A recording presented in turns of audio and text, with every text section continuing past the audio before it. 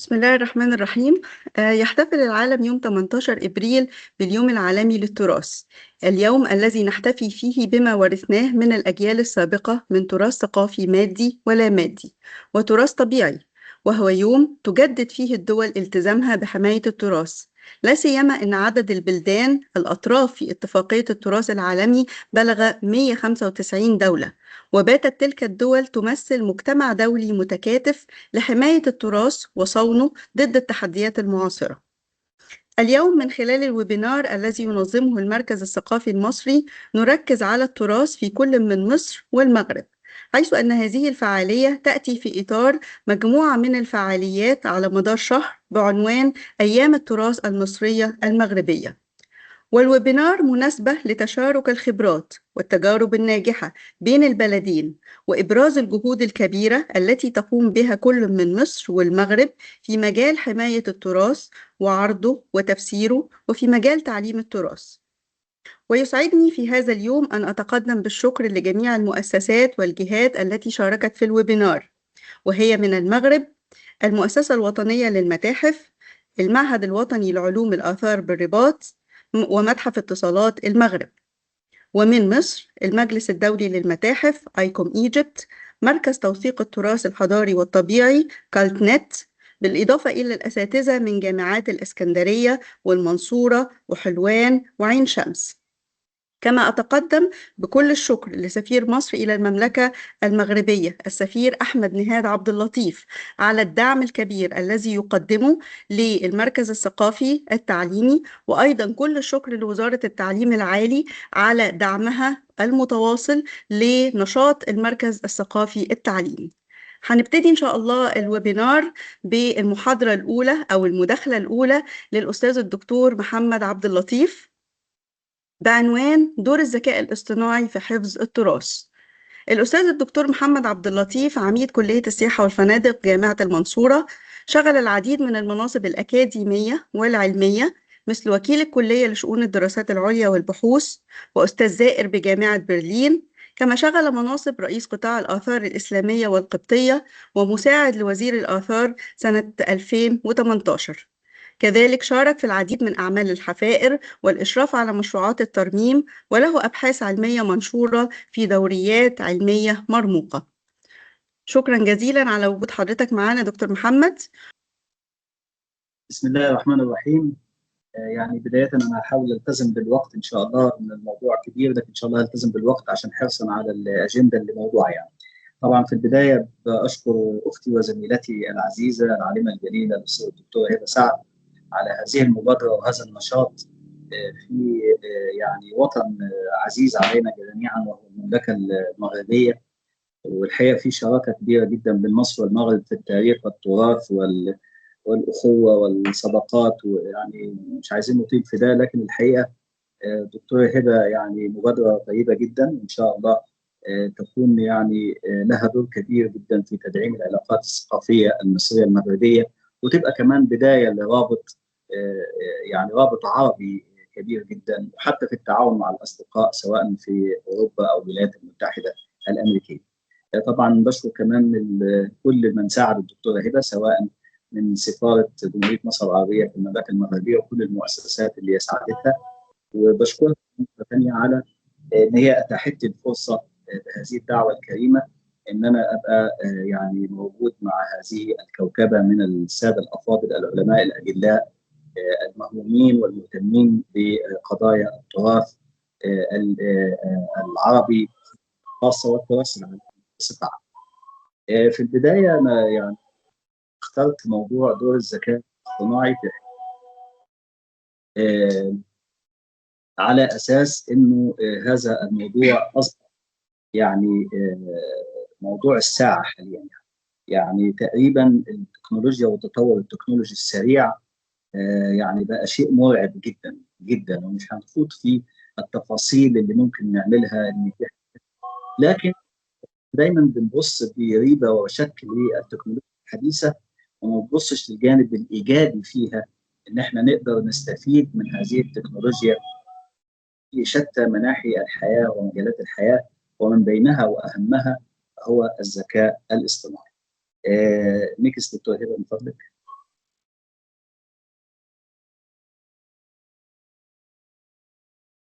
next slide please.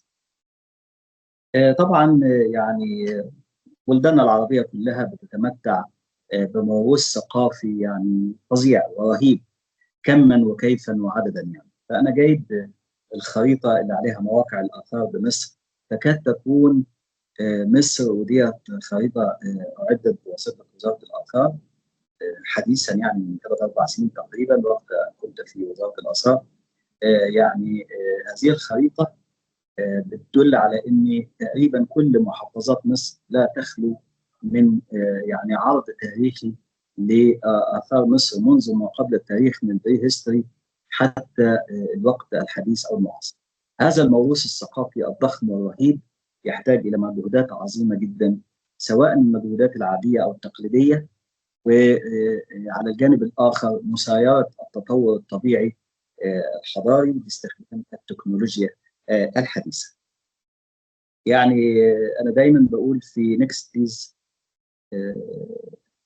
نيكست سلايد، دايما بقول حتى في لقاءات وفي برامج وحاجات كتيره جدا ان مصر دوله عظمى اثريا، لان الحقيقه مصر هي الدوله يمكن تكاد تكون الوحيده التي لا ينافسها احد في ثروتها الاثريه كما وكيفا، في تمثيل لكل الحقب التاريخيه لمصر منذ ما قبل التاريخ، مرورا بالعصور المصريه القديمه، اليوناني الروماني، البيزنطي، ظهور المسيحيه والاثار المسيحيه في نهايه العصر الروماني، ثم الفتح الاسلامي لمصر اللي ترك موروث ثقافي كبير جدا، حتى العصور الحديثه في عصور محمد علي. يمكن الصوره دي انا جبتها من خلال حطيتها في البرزنتيشن من خلال شغلي في البعثه مع البعثه الالمانيه السويسريه في جزيره الفونتين في اسوان. انا اشتغلت معاهم حوالي 10 مواسم. فتخيلوا حضراتكم موقع واحد في كم رهيب جدا، يعني انا ده مطلع منه حوالي 1000 قطعه استراكه عليها كتابات باللغه العربيه من فتره يعني حساسه جدا ونادره اللي نجد فيها اثار اللي هي الايرلي اسلاميك بيريد او الفتره الاسلاميه المبكره. فيعني ده نموذج بنحطه على اساس ان احنا عندنا ده موقع واحد بس. تخيل حضرتك كم باقي المواقع مصر شمالا وجنوبا وشرقا وغربا. هنلاقي كمان ان التراث الثقافي ميكس ديز يعني يعني ليه دور مهم جدا في تشكيل الهويه وفهم ماضينا وحاضرنا ومستقبلنا، ومع ذلك فهو غش وعرضه للتدمير مع مرور الوقت ونشوب الصراعات والحروب والكوارث الطبيعيه والمتغيرات المناخيه. ولكن الذكاء الاصطناعي هو أداة قيمة في الحفاظ على تراثنا الثقافي المتنوع وتعزيزه. وهنلاقي إن في دول كتير تعرضت يعني تدمير أثارها وحضارتها بالكامل، لم يتبقى سوى ذكرها بين طيات الكتب والمراجع. وعندنا أمثلة زي في الشقيقة العراق وقت الحرب الأمريكية بعد 2003، وبرضه عندنا في سوريا، ودي صور كثيرة جدا، يعني صور جزء من صور بتقول تدمير التراث. طيب احنا ده هنربط ده ازاي بالذكاء الاصطناعي؟ هنحاول نستغل الذكاء الاصطناعي يعني كجزء من ضمن الاستخدامات اللي هنتكلم فيها، انها يبقى في دوكيومنتيشن للاثار دي بحيث ان شاء الله لو حصل اي شيء لا نفقدها. النكست ديز. اهميه الذكاء الاصطناعي. الذكاء الاصطناعي الحقيقه بيلعب دورا فاعلا في حفظ التراث وتقديمه للناس بصوره ممنهجه ومنظمه. وهناك مستوى آخر من استخدامات الذكاء الاصطناعي يشمل كيفية جعل هذا التراث فاعلا في حياتنا، بحيث لا نكتفي بجمع التراث وتنظيمه فحسب، بل أن ننتقل إلى مستوى أعمق ونجعل هذا التراث فاعلا في حياتنا اليومية وترسيخ قيمته للتعليم والتدريب. وقد أتاحت التطبيقات الجديدة للذكاء الاصطناعي فرصا لإنتاج أدوات مبتكرة لتوثيق وإدارة التراث الثقافي والتوثيق الرقمي للقطع الأثرية والمواقع التاريخية باستخدام تقنية النمذجة والمسح الضوئي ثلاثي الأبعاد المدعومة بالذكاء الاصطناعي. يعمل الذكاء الاصطناعي على تغيير وجه علم الآثار، مما يجعله أسرع وأكثر دقة وسهولة في الوصول إليه من خلال تحليل كميات كبيرة من البيانات والكشف عن المواقع المخفية واستعادة القطع الأثرية القديمة بعمل الذكاء، وبرضه الذكاء الاصطناعي بيعمل على تحسين كيفيه استكشافنا وفهمنا للماضي، وقدرته على معالجه المعلومات بسرعه ودقه تسمح لعلماء الاثار بالوصول الى اكتشافات كانت تستغرق سنوات لتحقيقها بالطرق التقليديه. والذكاء الاصطناعي برضه بيستمر، ما بيقفش عن حاجه معينه، بيستمر في تطور وفي قدرته على كشف المزيد عن تاريخنا وتراثنا الغير محدود. ويبدو مستقبل علم الآثار واعدا، حيث يلعب الذكاء الاصطناعي دورا رئيسيا في الحفاظ على تراثنا الثقافي وتعميق فهمنا للحضارات القديمة. نمو تقنيات علم الآثار القائمة على الذكاء الاصطناعي. الحقيقة الذكاء الاصطناعي يعني بدأ في إحداث موجات في علم الآثار في نهاية القرن العشرين، وذلك بفضل التقدم في تحليل البيانات. وبحلول التسعينيات بدأ علماء الآثار باستخدام التعلم الآلي والتنقيب عن البيانات لتحليل الكميات الهائلة من المعلومات التي يجمعونها. وكان من أوائل النجاحات الكبيرة استخدام الذكاء الاصطناعي للتنبؤ بأماكن المواقع الأثرية بناء على أنماط البيانات التاريخية والجغرافية، مما أدى إلى تغيير كيفية التخطيط لمشروعات الحفائر، وده شيء في غاية الأهمية. من الأمثلة المبكرة على الدور المتنامي للذكاء الاصطناعي في علم الآثار هو إنشاء نماذج رقمية ثلاثية الأبعاد للمعالم التاريخية المهددة، زي ما أنا قلت قبل كده، بالحروب والصراعات والتدهور الطبيعي من خلال التقاط آلاف الصور. وحدث ذلك في مواقع في أكثر من 20 بلد، بما في ذلك الآثار القديمة زي مدينة بومبي والمدن الآشورية في العراق والأديرة البوذية في أفغانستان. ويعتبر ذلك هاما جدا، خاصة بالنسبة للمواقع التي يصعب الوصول إليها أو التي تعرضت للتلف والتدمير.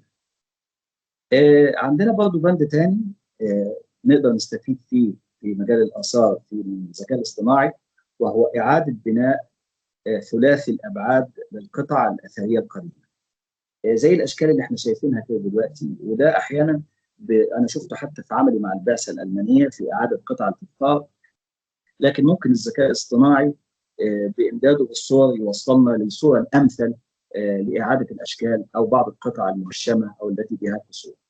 فغالبا ما يعثر علماء الآثار على قطع مكسورة بدل من قطع أثرية سليمة أثناء التنقيب. عادة ما يكون تجميع هذه الأجزاء معا مهمة بطيئة ودقيقة، ومع ذلك فإن إعادة البناء ثلاثي الأبعاد بمساعدة الذكاء الاصطناعي أسرع بكثير. باستخدام النماذج الرقمية ثلاثية الأبعاد يمكن تحليل أشكال الأجزاء وإعادة بناء القطع الأثرية الأصلية بدقة، وتوفر هذه العملية الوقت وتوفر قياسات دقيقة وفهما أفضل للقطع الأثرية التي يمكن أن تقدم رؤى أعمق حول الثقافات التي صنعتها. واستطاع بعض من علماء الآثار عن طريق الذكاء الاصطناعي من عمل الآتي، وده خطير جدا: إنشاء نسخ رقمية مفصلة ودقيقة من القطع الأثرية والآثار، إعادة بناء قطعة فنية أو إكمال مقطوعة موسيقية. وإحنا عارفين القطع الموسيقية ديت والحاجات ديت بتدخل تحت بناء تحت بند التراث اللامادي، غير مكتملة لموسيقى عظيمة، تحديد مؤلف لنص قديم أو تقديم تفاصيل معمارية لإعادة بناء. الذكاء الاصطناعي أيضا له دور كبير جدا في الوثائق التاريخية والنقوش والنصوص، حيث أنه لا يساعد في الحفاظ على القطع الأصلية فقط، بل يسمح أيضا للباحثين والجمهور لاستكشافها والتفاعل معها بطرق جديدة. فعلى سبيل المثال يمكن أن يؤدي استخدام برامج الترجمة المدعومة بالذكاء الاصطناعي إلى جعل الوثائق التاريخية والنقوش والنصوص الأخرى في متناول الأشخاص الذين يتحدثون لغات مختلفة.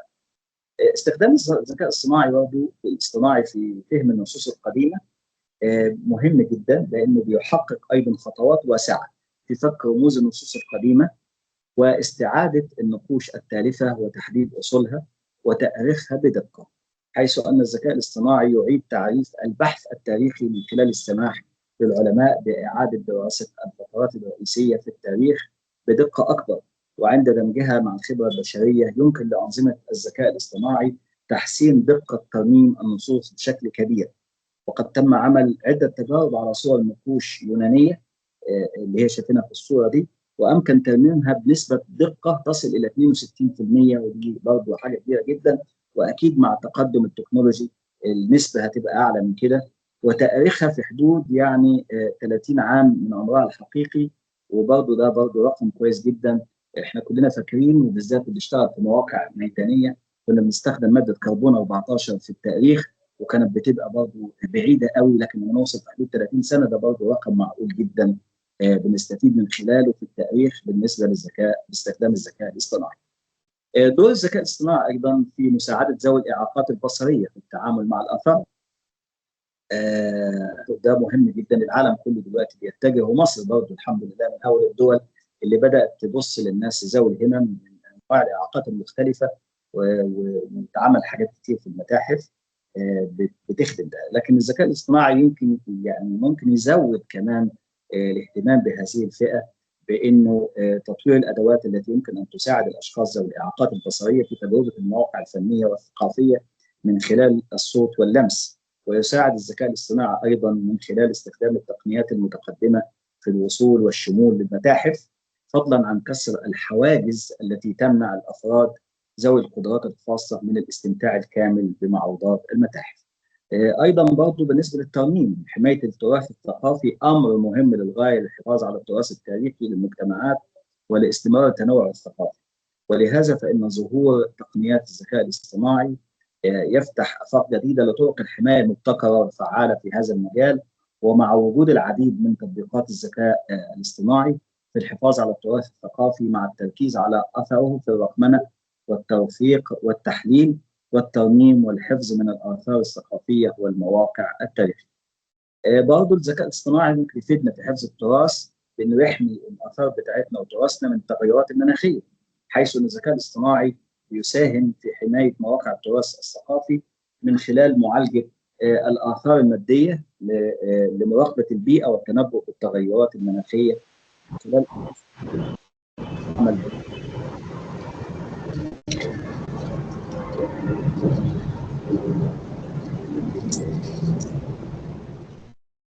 متطلبات.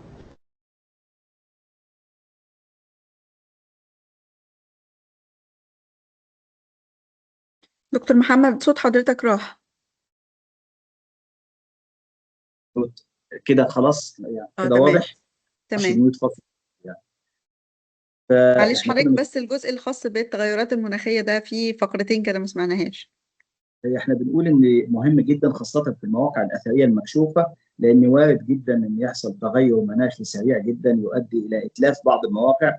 فالذكاء الاصطناعي في التنبؤ بالتغيرات المناخيه يبقى له دور كبير جدا في حمايه مواقع التراث الثقافي من خلال معالجه الاثار الماديه، ومن خلال المراقبه البيئيه والتنبؤ بالتغيرات المناخيه من خلال اجهزه الاستشعار التي تعمل بالذكاء الاصطناعي، وتحليلات بيانات المخاطر المحتمله مثل التغيرات المناخيه في درجات الحراره وتقلبات الرطوبه وتلوث الهواء.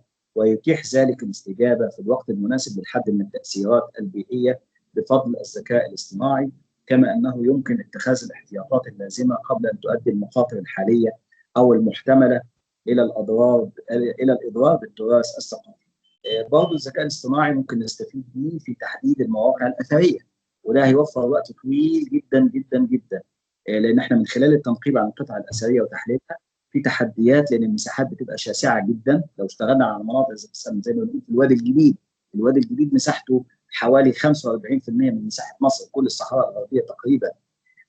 فده طبعا الطرق التقليديه هتاخد وقت طويل، وقد تتسبب في تخطي المواقع او الكنوز المخفيه. ويمكن ان يتدخل الذكاء الاصطناعي للمساعده في ذلك عن طريق تحليل وتفسير البيانات الاثريه، عن طريق تحليل الصور الجويه، وتحديد المواقع الاثريه المحتمله، او لتحليل القطع الاثريه وتحديد عمرها ووظيفتها ومصدرها زي ما قلنا قبل كده، بتحديد الفتره الزمنيه. يمكن للذكاء الاصطناعي ان يساعد علماء الاثار في تحليل الصور للكشف عن القطع الاثريه ورسم خرائط دقيقه للمواقع الاثريه، كما يمكن تجميع القطع الاثريه المكسوره معا لتسريع الاكتشافات والحفاظ على دقه تفاصيل تاريخنا وحضارتنا. معلش يمكن انا بسرع شويه استدراكا للوقت، لكن هو الموضوع فعلا يحتاج اكثر من ساعتين ثلاثه يعني. الذكاء الاصطناعي لانه هي كل نقطه من دول بيكون في كومنت عليه، فبالتالي يعني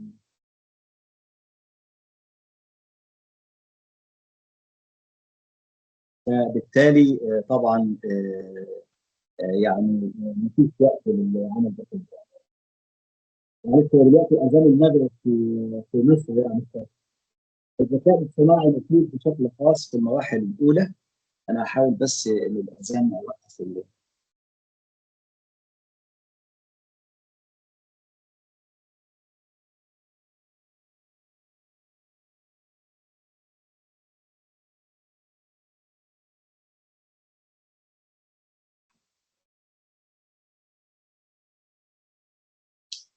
كده كويس. دكتور هبه، سامعين حضرتك يا دكتور؟ تمام. معي افضل مفيد بشكل خاص في المراحل الاولى من المشاريع الاثريه، اذ يمكن ان يساعد في تحديد المواقع الاثريه المحتمله قبل بدء اي حفر، ويقلل من مخاطر الاضرار بالمناطق التاريخيه. وعايز اقول لحضراتكم ان في تجارب سابقه وصل لنسبه 72%، ودي نسبه عاليه جدا للتنبؤ بمواقع الاثار اللي ممكن الكشف عنها. في طريقه اخرى من خلالها برضه استخدام الذكاء الاصطناعي في الاثار، وهي استخدام المحاكاه الحاسوبيه والواقع الافتراضي لاعاده انشاء البيئات القديمه والممارسات الثقافيه. وممكن ايضا تحليل الكم الهائل من البيانات الناتجه عن البحوث الاثريه، مما يساعد علماء الاثار على تحديد الانماط والروابط التي قد يكون من الصعب تمييزها من خلال الطرق التقليديه. بشكل عام يتمتع الذكاء الاصطناعي بالقدره على احداث ثوره في مجال علم الاثار من خلال توفير ادوات وطرق جديده لتحليل البيانات وتفسيرها وعرضها. والحقيقه طبعا اصبح الذكاء الاصطناعي يعني اداه كبيره جدا في خدمه التراث. التعامل برضه مع القطع الاثريه من مواد مختلفه. العلماء الاثار بيعثروا على الاف القطع مثل الفخار والعظام وغيرها من المواد اثناء الحفريات، وبالاساليب التقليديه يستغرق تحديد هذه القطع وفهرستها الكثير من الوقت ومعرفه الخبراء. ومع ذلك يمكن بشكل اسرع الوصول الى نتائج عن طريق الذكاء الاصطناعي لتحديد وتسجيل تفاصيل القطع الفخاريه تلقائيا، كما يمكن تحليل الصور من الاجهزه المحموله باليد وتصنيف القطع الاثريه حسب الشكل والحجم. في علم الاثار تحت الماء، او اللي احنا بنسميه الاثار الغارقه، يعني بيساعد الذكاء الاصطناعي في مراقبه الاثار القديمه تحت سطح البحر والحفاظ عليها عن طريق برامج وانظمه الذكاء الاصطناعي التي تتكيف مع ظروف البحر المتغيره في الوقت الفعلي وتنقل البيانات البيئيه، كما انها تتيح امكانيه مراقبه الموقع عن بعد ومساعده الغواصين على التواصل والتنقل تحت الماء. القواعد بقى المطلوب مراعاتها لتطبيق الذكاء الاصطناعي في حفظ التراث، يعني احنا ما ناخدوش كده بشكل، لكن في قواعد لازم نلتزم بيها. ايه هي؟ يتطلب ادماج الذكاء الاصطناعي في علم الاثار تفقيدا دقيقا للتاكد من انه يكمل الاساليب التقليديه ولا يحل محلها. يعني برضه اللي بنقول نعتمد على الذكاء الاصطناعي، لكن ده مش معناها نتخلى على الاساليب التقليديه، لان هي مهمه جدا جدا. والادخال ادوات الذكاء الاصطناعي بنجاح في البحوث الاثريه من المهم اتباع بعض الخطوات الرئيسيه. اولا، يجب وضع اهداف واضحه لاستخدام الذكاء الاصطناعي، سواء لتسريع تحليل البيانات او تحسين تصنيف القطع الاثريه او المساعده في رسم خرائط المواقع، لان وجود اهداف محدده يساعد على اختيار ادوات الذكاء الاصطناعي المناسبه للاحتياجات البحثيه في كل موقع ومجال كحاله خاصه. ثانيا، يجب مراعاه اختيار ادوات الذكاء الاصطناعي الملائمه للاهداف الاثريه كالتالي: يجب ان تكون قابله للتطوير، قادره على التعامل مع كميات متزايده من البيانات، سهله الاستخدام بحيث يمكن لعلماء الاثار استخدامها بفعاليه دون الحاجه الى معرفه تقنيه واسعه. ثالثا، يجب عمل دراسه جدوى للتكلفه للمشروع قبل استخدام الذكاء الاصطناعي، لانه من الممكن، وده مهم جدا، تكون حلول الذكاء الاصطناعي مكلفه جدا في التنفيذ والصيانه. عشان كده بنقول ما نتخلاش عن الطرق التقليديه، لان ممكن نضطر ان احنا نرجع لها بناء على ضغط التكلفه الماديه. ايجابيات استخدام الذكاء الاصطناعي في حفظ التراث: في ايجابيات: بيقدم الذكاء الاصطناعي العديد من الفوائد بمجال علم الاثار، ويمكن ان يساعد علماء الاثار في الكشف عن الانماط والرؤى التي قد تفوتهم. نيكست سلايد بليز. فيما يلي بعض الفوائد الرئيسيه للذكاء الاصطناعي في علم الاثار. ايه هي الايجابيات؟ تحسين الدقه في تحديد وتصنيف القطع الاثريه، يقلل الخطا البشري مما يؤدي الى تفسيرات اكثر دقه، يضمن استناد النتائج الى بيانات قويه بدلا من التحيزات الشخصيه، يساعد الذكاء الاصطناعي في انشاء سجلات مفصله للقطع الاثريه التي يمكن مشاركتها في جميع انحاء العالم، تسهل الابتكارات الذكيه على الباحثين التعاون والحفاظ على التاريخ الثقافي القيم للاجيال القادمه. ايضا الذكاء الاصطناعي في مجال الاثار له سلبيات. الشريحه اللي جايه نكست بليز. ايه هي السلبيات؟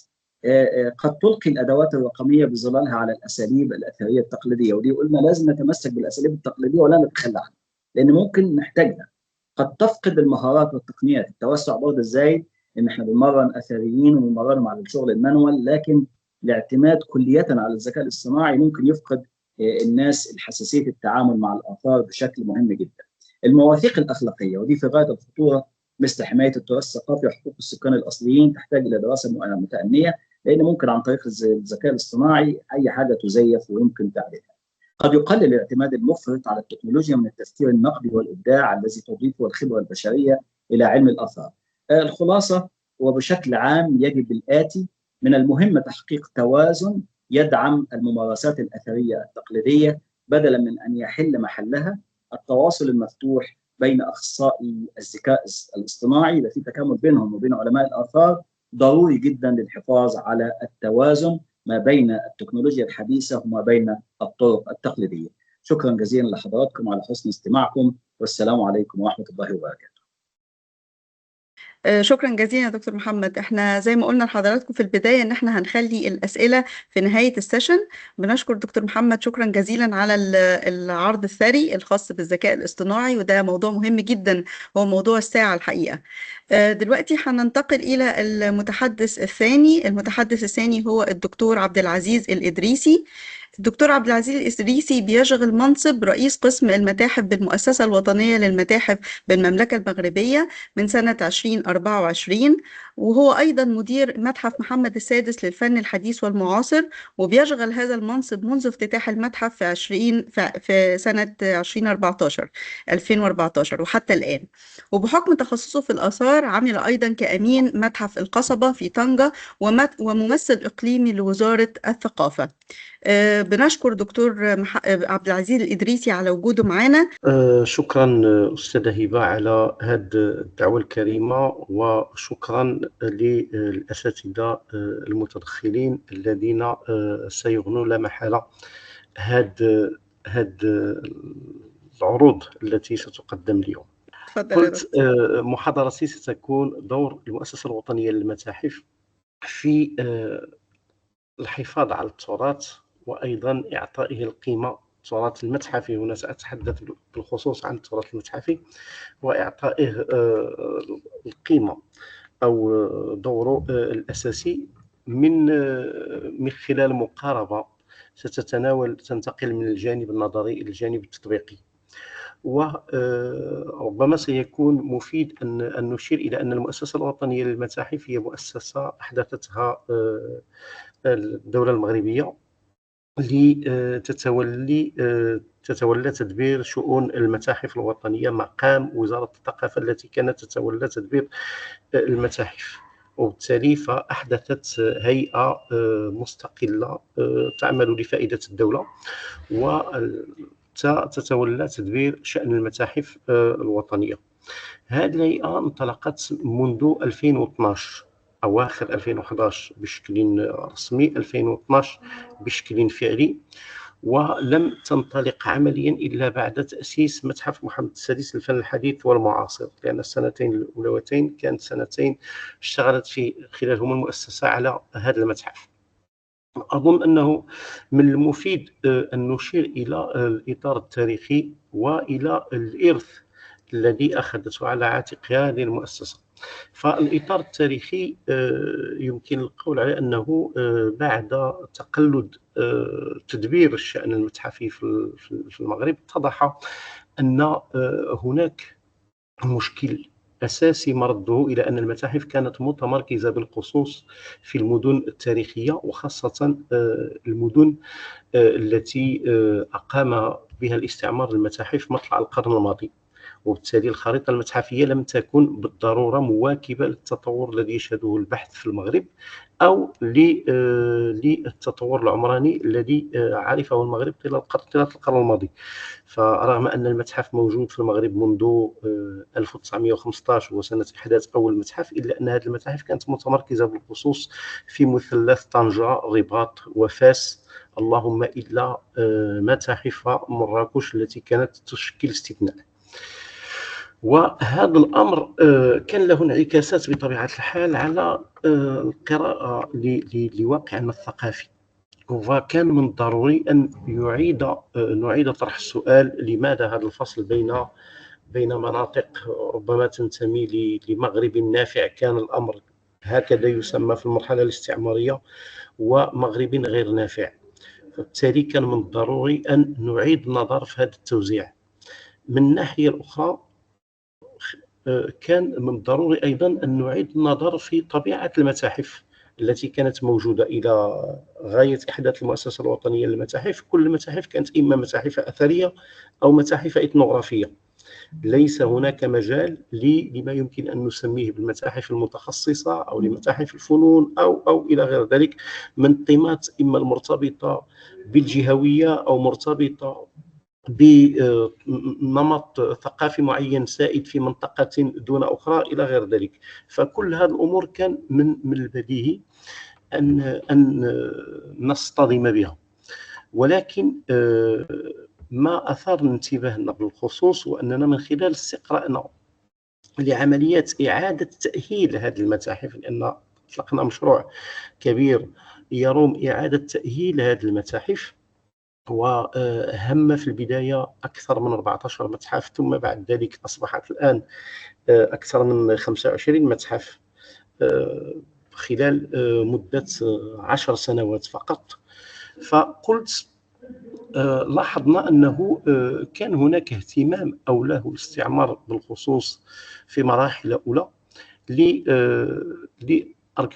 الأركيولوجيا والبحث الأثري المرتبط بالفترات الكلاسيكية، أي كان يبحث بالخصوص عن الفترة الرومانية ولم يولي كبير عناية لفترات ما قبل الرومان أو الفترات اللاحقة. ثم بعد ذلك سنشاهد أو سنقف بالخصوص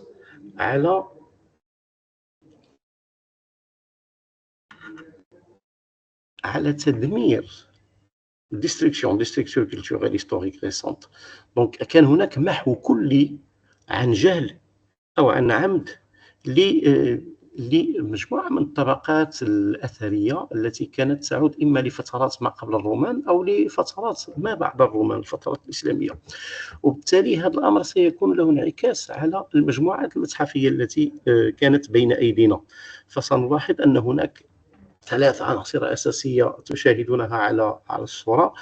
هناك ضعف للقطع التي تنتمي إلى الفترات ما دون القرن ال17، وهناك أيضا معطيات رقمية و ديداتاسيون تاريخية غير دقيقة التي واجهناها خاصة فيما يتعلق بالقطع التي تعود للفترة الإسلامية ووضعها مع القطع التي تعود للفترات الحالية. وهناك أيضا une vision biaisée، بمعنى أن هناك رؤية مجزأة وغير قابلة لفهم تاريخنا الوطني بشكل عام. لاحقا السلايد الآخر. نعم. فهناك كنا أمام معضلة: كيف يمكن للمتحف أن يتمكن من إعادة امتلاك تاريخ البلد؟ كيف يمكن للمتحف أن يقوم بدور إعادة كتابة التاريخ إذا شئنا؟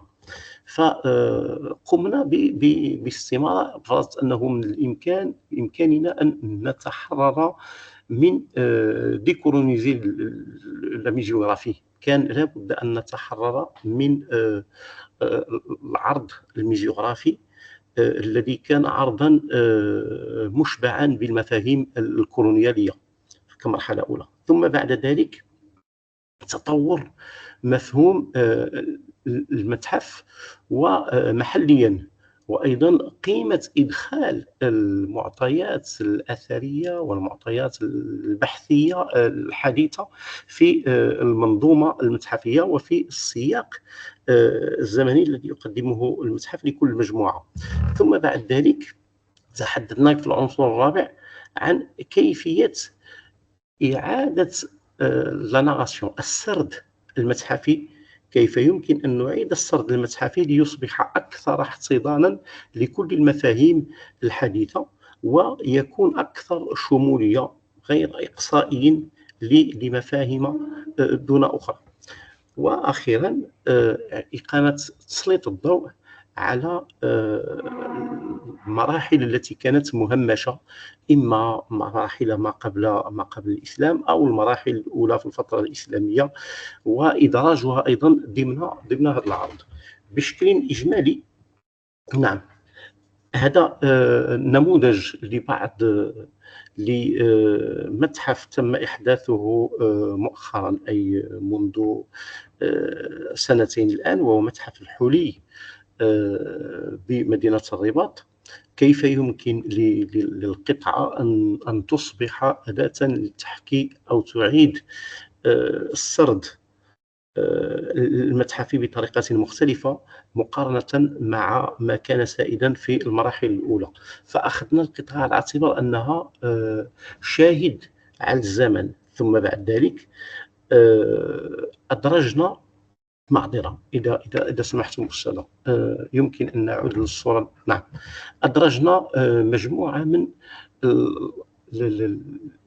المعطيات الحديثة الأركيولوجية الحديثة، منها مثلا أقدم حلية عثر عليها في العالم، وهي موجودة حاليا بهذا المتحف وتعود إلى أكثر من 115 ألف سنة. وهذا أمر مهم جدا يبرز التطور الذي تشهده الأبحاث الأثرية التي يقوم بها المعهد الوطني لعلوم الآثار، وكيف يمكن لهذه الأبحاث أن يكون لها دور في تغيير كما قلت السرد المتحفي أو تغيير المعطيات داخل النسق العام للمعرض. وأخيرا إعداد توزيع جغرافي مختلف، لا ديفيرسيتي جيوغرافيك اي كولتوريل، تسليط الضوء على هذا التنوع الجغرافي والتاريخي. نعم، وربما الصورة القادمة ستبرز إلى أي مدى يمكن للتطور البحث أن يغير من مفاهيمنا حول التحف. مثلا هنا خريطة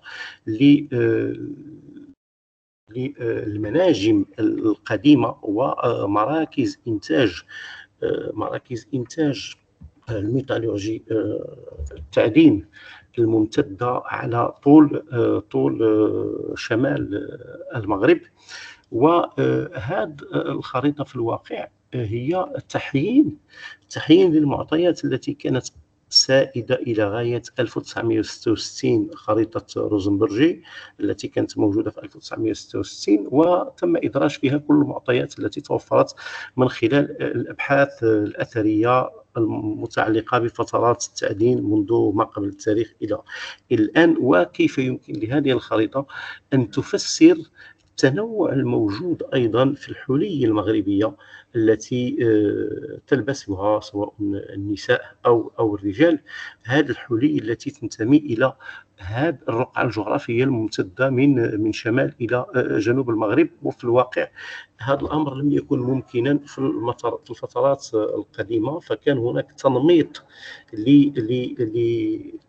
للحلية، وأصبحت الحلية أيضا كما قلنا أنوبجي موزيال، قطعة متحفية تفرز بالإضافة إلى إفرازها للتقاليد التي مكنت من إنتاجها، فهي أيضا معرضة للتطور، بحكم أن المغاربة عرفوا دائما بتحويلهم للحلي لأنها تصبح مادة خام مع التطور الزمني، ويعاد صهرها لتصبح معدنا وتفقد دورها التزييني على أساس أنها تصبح فقط مادة خام. وبالتالي هذا الأمر سيكون له انعكاس على الدراسات أيضا، ولن نجد كل الحلي التي تعود إلى الفترات القديمة، ولكن سنجد الحلية الحديثة مصنوعة على مادة قديمة.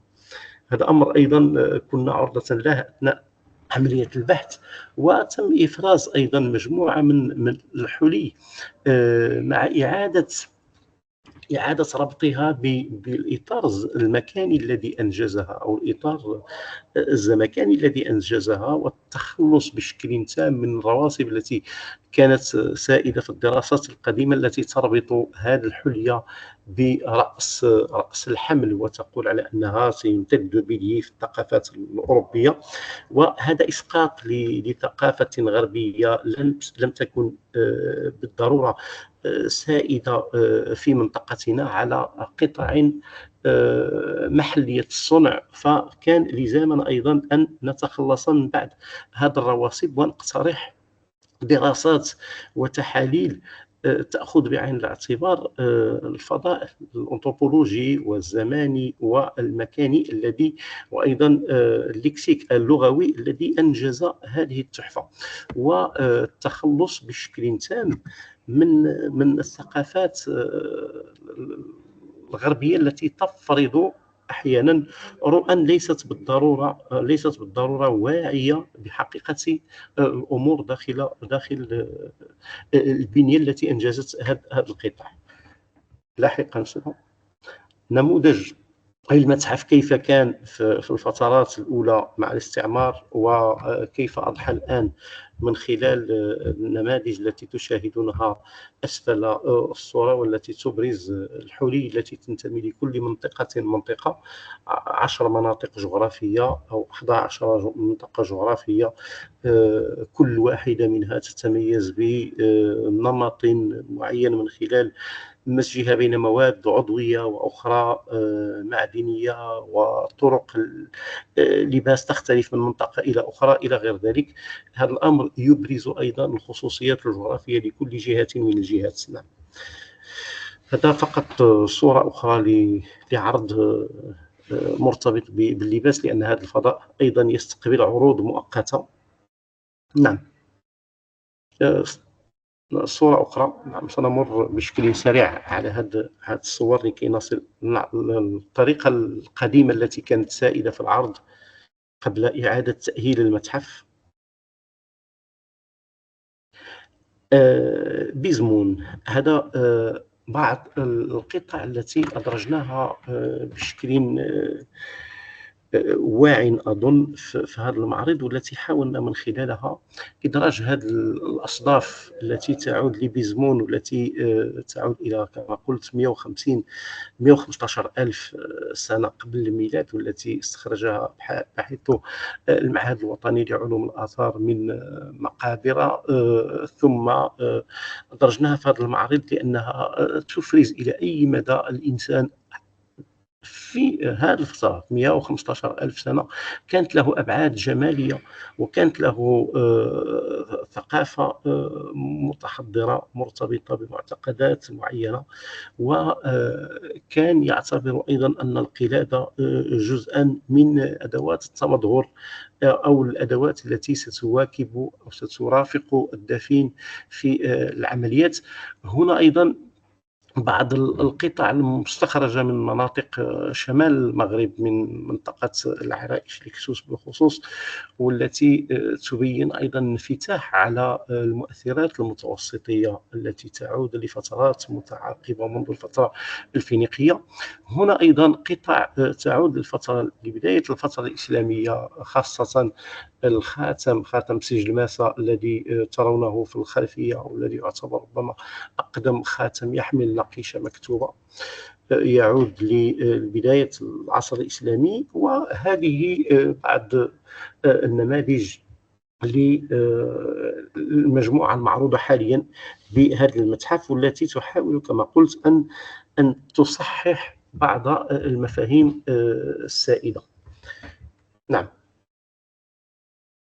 الخمسة أيضا، وهو هي جزء من القلائد التي تستعمل في الحياة اليومية بشكل عام عند المغاربة، سواء عند النساء أو عند الأطفال. نعم. نعم، فقط صور لإغناء هذا النقاش. يمكن أن نعم، هنا نموذج آخر لمتحف البطحاء، متحف الفنون الإسلامية، وهنا أيضا سنتحدث عن خطاب متجدد. هذا الخطاب المتجدد يروم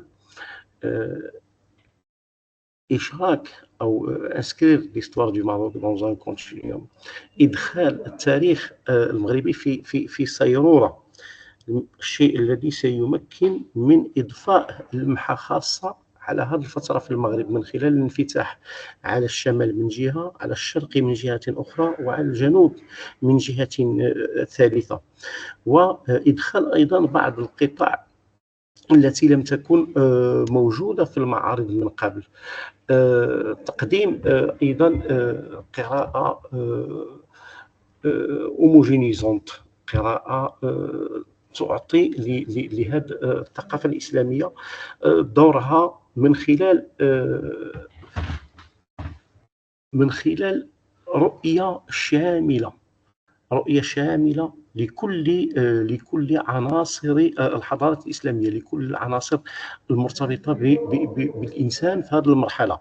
لا ديكونتكستواليزاسيون دي زوفر، بمعنى أنه هنا أيضا سنكون أمام إحدى المشاكل الأساسية، لأن القطع التي كانت توظف في الفترات السابقة كانت إما تعتبر قطع ذات أبعاد اجتماعية أو قطع مصنفة على أساس أنها قطع فنية واجتثت من إطارها الزماني والمكاني، ولم نعطيها كما قلت لا سينيفيكاسيون أوريجينال، الدلالة الأساسية لهذه القطع.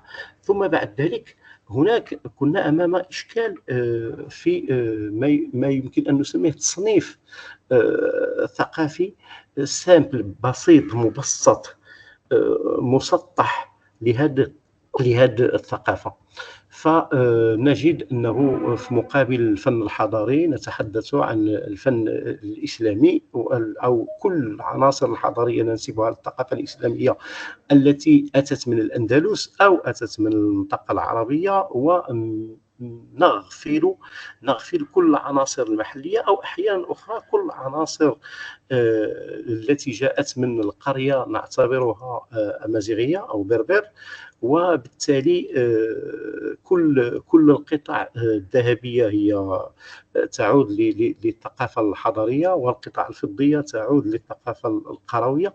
وكان هناك نوع من التسطيح كما قلت لتصنيف المنتوج الإسلامي بشكل عام، سواء تعلق الأمر بخزف أو بسجاد أو بلباس أو بكل أصناف القطع التي يقدمها المتحف. نعم دكتور عبد العزيز، الوقت بس أنا عارفة إنه المحاضرة ثرية جدا، لكن عشان يبقى في فرصة للجميع إن شاء الله. طيب، إذا هذه نماذج فقط، نماذج وعينات لنوعية التدخل الذي قمنا به من أجل إعادة السرد المتحفي في محاولة لإعادة كتابة تاريخ المغرب من خلال كل متحف على حدة. شكرا.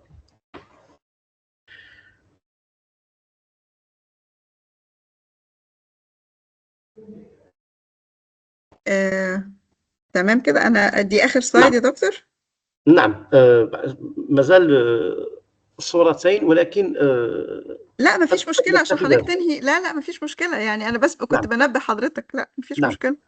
فقلت على أنه خلال إقامتنا لهذا العرض كان من الضروري أن نكون واعين بحدود التصنيف الموروث الذي ورثناه من المعارض القديمة، وانفتحنا على آفاق جديدة من خلال l'adaptation de l'art de l'islam، من خلال قراءات جديدة الفنون الإسلامية، وأيضا تسليط الأضواء على تعدد الثقافة الإسلامية.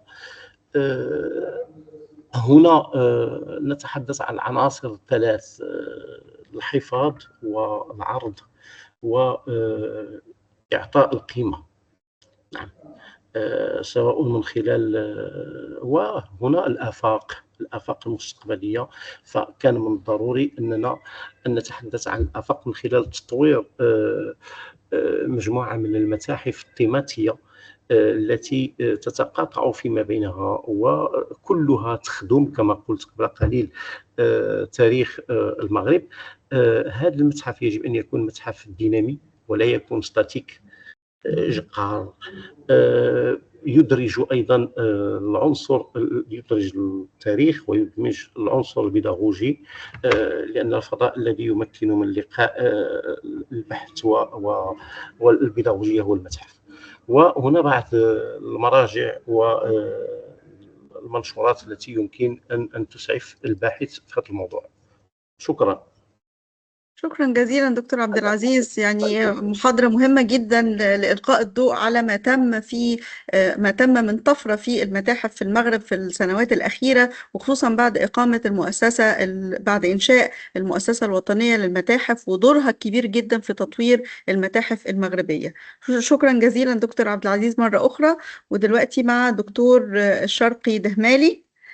دكتور الشرقي دهمالي هو رئيس المنظمة العربية للمتاحف أيكوم العربي، وعضو المجلس الاستشاري ولجنة التخطيط الاستراتيجي بالمجلس الدولي للمتاحف منذ 2016، ومدير لمتحف اتصالات المغرب منذ 2001. وبحكم خبرته الطويلة في مجال المتاحف وتخصصه الأكاديمي في الآثار، عمل كأستاذ زائر في عدة جامعات مثل جامعة الشارقة والمعهد الوطني لعلوم الآثار والتراث ومدرسة علوم المعلومات. الحقيقة السي في بتاع الدكتور الشرقي زاخرة بالمعلومات والمناصب والخبرات، لكن طبعا اختصارا للوقت علشان ما نطلش على حضراتكم هندي دكتور الشرقي الكلمة ونسعد بوجودك. اتفضل يا دكتور. شكرا جزيلا. في البداية أسأل هل الشاشة واضحة؟ نعم تمام. في البداية أود أن أجدد لك الشكر أختي هبة على هذه الدعوة الكريمة، وأنا سعيد جدا بعودة هذا الدفء الثقافي ما بين المملكة المغربية وجمهورية مصر العربية. وكما قال أحد الزملاء في إحدى اللقاءات، يعني أعاد حوار ما بين جناحي شمال إفريقيا مصر والمغرب لكي نحلق بالثقافة عاليا إن شاء الله، وكلنا أمل أن تستمر هذا الزخم الثقافي بين البلدين إن شاء الله.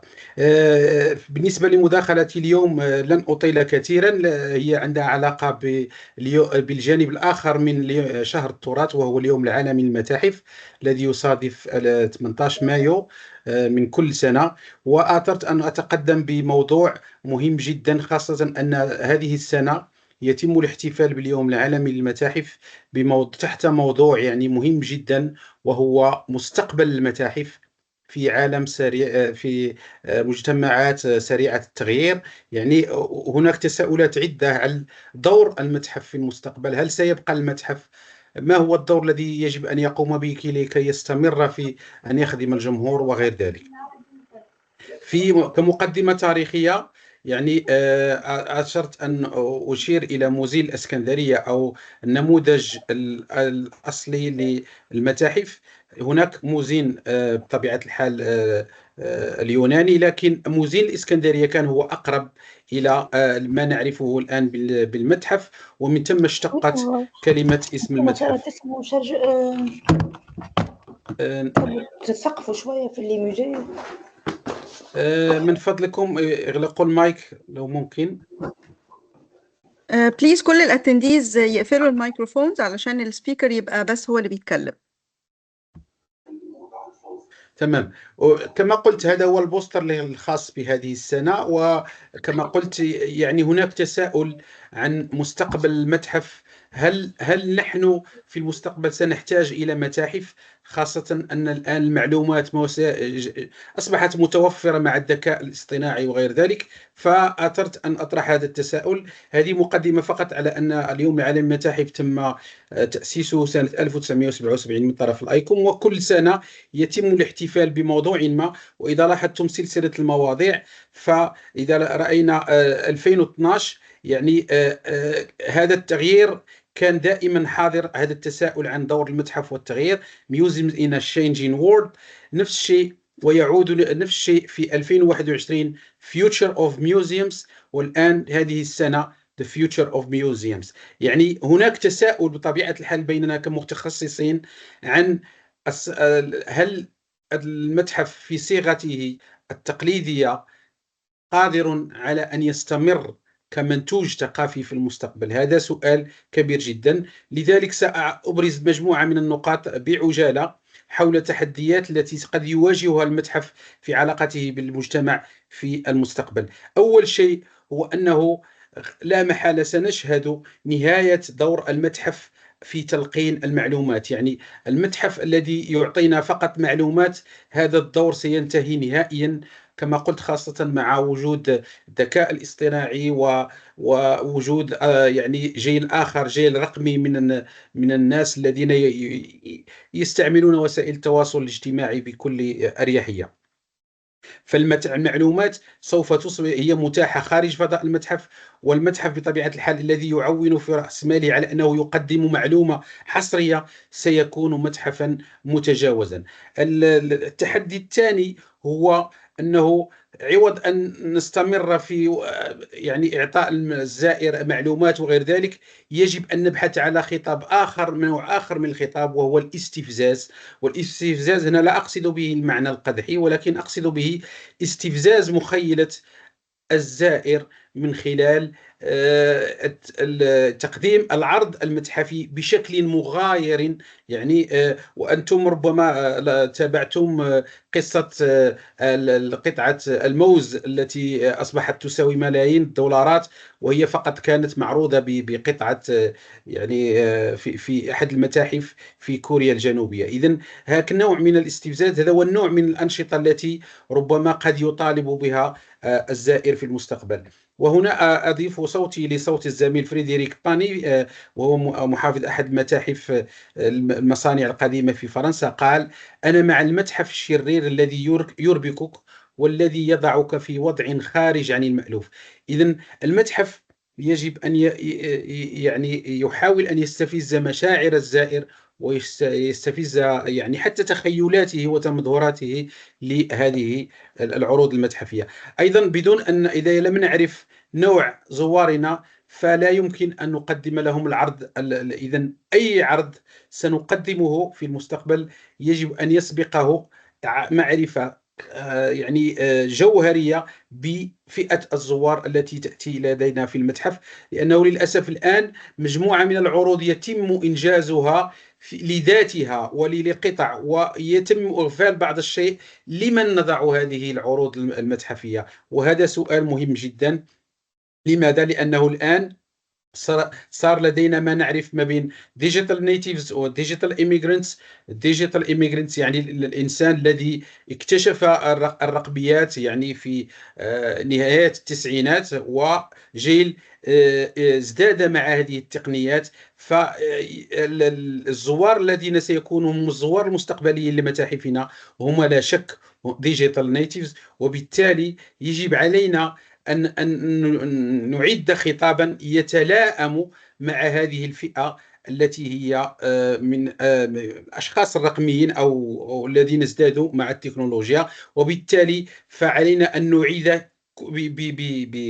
بكل صيغة الإرشاد المتحفي عن بكافة تفاصيلها، وهذا يتطلب تكوينا مستمر للمرشدين داخل المتاحف بطبيعة الحال. وأيضا يجب علينا في السينوغرافيا في إعداد العروض المتحفية أن نفهم المعادلة ما بين قوة الصورة كصورة أو القطعة كقطعة وبين محتويات النصوص التي غالبا الزائر لا يقرأها كثيرا. يعني الإحصائيات تشير إلى أنه أظن أقل من 40% من زوار المتاحف يقرؤون النصوص. والمستقبل أيضا سيفرض علينا أن نخصص جزءا كبيرا من ميزانيتنا للاستثمار في المحتوى الرقمي للمتاحف بطبيعة الحال. نفس الشيء المحتوى الرقمي في المستقبل بطبيعة الحال يعني سيكلف كثيرا، وهنا المتحف عليه أن يستثمر في إيجاد صيغ لتمويل هذه التكنولوجيا. مثلا عندنا هنا نماذج مثلا هذا متحف في اليابان عمل اتفاقية مع مايكروسوفت لكي يقوم بتقديم هذه التقنية للعرض المتحفي، بحيث أنه ممكن أنك تزور المتحف، وبالتالي عوض أن يكون هناك مرشد متحفي بجانبك يكون مرشد متحفي يعني على شكل هولوغرام ويشرح لك، ولكن دائما تظهر إشهار الشركة المستضيفة لهذه التكنولوجيا. وهذا سأتحدث عنه فيما يخص نقص الموارد المالية. وأيضا يجب علينا أيضا أن نستثمر حتى في التسويق المتحفي بطبيعة الحال. وكالزوار هي في الأساس لكي لا نغفل ما يسمى بالاستمتاع الموجود في تعريف المتحف بطبيعة الحال، أن المتحف سيكون عليه دور كبير في أن يساعد الزوار فقط على الاستمتاع بوقتهم داخل المتحف. يعني المساعدة على الاستمتاع بالوقت، يعني هذا أيضا سيكون دورا محوريا بجانب الدور العلمي الذي يكون خفيا، لكن في الأساس ستكون المتاحف مطالبة بأن تشتغل على هذا الجانب، وأن تعيد حتى بعض الصياغ. مثلا عوض نو فلاش، الزائر يجب ربما لن تستمر في الخطاب معه بهذه الطريقة، وأن تقول له: هل تعلم أن فلاش كاميرا تصوير يؤذي هذه التحفة الرائعة؟ مثلا عوض أن تقول له نو فلاش. تسهيل الولوج إلى المتحف. طبيعة الحال المتاحف خارج الأسوار، يعني حتى هنا في مترو موسكو، يعني سنكون مضطرين إلى الذهاب للبحث عن الزائر عوض أن نجلس وننتظر الزائر. ننفتح على المجتمع المحلي، ربما لعرض فضاءات المتحف للمجتمع المحلي لكي ينضم إلى المتحف ويقوم بذلك. وأيضا فتحه للإبداع. وتحدي آخر هو ربما لم نصل كثيرا نحن في عالمنا العربي إلى هذا المستوى، لكن أظنه سيأتي إن شاء الله، هو أنه سنطالب المتاحف أو سيتم مطالبة المتاحف التي ورثناها عن الجانب الاستعماري أن تزيل كل مظاهر الاستعمار من المتاحفنا العربية. وهنا لا أقصد بها، أقصد يعني كيفية طريقة كتابة نصوص، كما قال الأخ الإدريسي زميلنا فيما يخص التفريق ما بين الفن العربي والفن البربري والفن، يعني هناك تسميات وهناك نصوص كتبها المستعمر، وللأسف مجموعة من المتاحف تتوارثت هذه الصيغة في الخطاب المتحفي ولا زالت تستمر في ذكره.